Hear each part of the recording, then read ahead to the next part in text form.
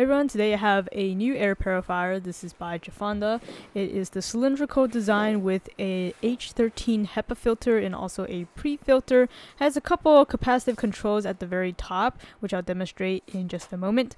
But first with the unboxing as usual to see what it comes with. So nicely cushioned with styrofoam is the extent of the full air purifier, which is just a little bit over 15 inches tall and a little bit over 7 inches in diameter. In terms of accessories, you do get a pretty comprehensive user manual with some nice graphics and a table that outlines all the functionality of those capacitive buttons, as well as the proprietary wall plug that plugs into the bottom of the air filter and into your wall outlet. But before you start using this air purifier, you'll definitely want to remove the plastic wrap surrounding the air filter cartridge. So to access the filter, you just twist from the bottom, if you can see from the directions, and then there is the filter itself. With the filter removed, you can see there's the fan cage protecting the fan at the top of the unit.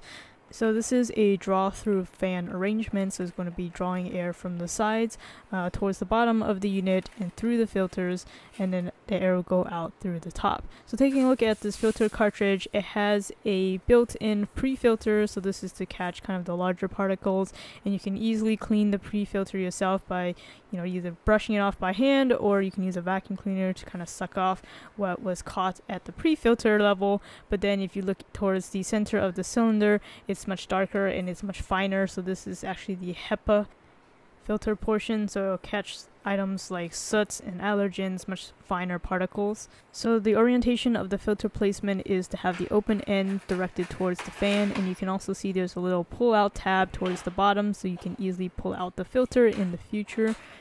So running through all the functionality that this specific air purifier offers, right now it's just plugged into the wall, it's receiving power, but it's not actually on. So right now some symbols are on the capacitive touch interface here. You have the power icon as well as the timer icon, and by pressing the power icon you can see that now it is kicked on to the lowest gear of the fan, and all the other buttons are now available for you to press. So first, talking about the fan toggle here, there are a total of 3 different speed settings for the fan. The lower 2 speed settings are pretty quiet, as you can tell right now. It's still able to push a good amount of air. The last setting is definitely where you can audibly hear the fan really ramping. So it's kind of loud. I wouldn't have this at this setting when I'm sleeping. And speaking of sleeping, there is a night mode right here, this little icon with the moon. If you press it, it will turn down the fan speed to the lowest speed and also dim out any of the other control button lights. Also, if you had their night light on, it will also automatically turn that off once you switch to the night mode.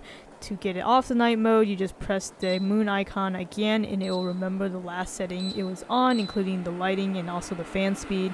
The built-in light has 3 different intensity levels, and of course you can turn it off altogether. Though when you do turn it off altogether, it also turns off all of the control button lighting as well. So you just kind of have to fiddle around the edges of the panel to again reactivate the controls. Next to the fan icon is the timer, which you can set at 2-hour, 4-hour, or 8-hour intervals of when you want this to be running. And then there's also this lock button, so you can save the settings you want. For example, a fan level and the lights that you want, and you don't want accidental presses. You can press and hold the lock icon to just set those settings, and people can't accidentally just unlock it. To unlock it, you would just have to hold down that lock icon again to reactivate things. And the final icon to the left of the power button is just the filter replacement reset button. The filter is rated at about 2,000 hours, so what the instruction manual says. So you'll get some kind of status updates saying that it's time to replace the filter at a little bit less than 150 hours left. From my quick perusal of the inside, it doesn't appear to have a dirty filter level gauge or indicator, so I think it's just based on the number of hours the system has been running. So then of course once you replace the filter, you have to reset that clock by pressing that filter replacement icon. So having owned a number of air purifiers, I do like this design in terms of the functionality. It definitely offers quite a few more features than other cylindrical air purifiers that I've seen. It does look pretty nice and the capacitive buttons are very responsive. My main gripe with this is that despite the cylindrical design, it doesn't have the air intake vents on all sides. So on the front, you see there's no open grills to intake the air, which means you want to make sure that when you place this, that the air intake sides are not up against the wall where it would restrict the airflow.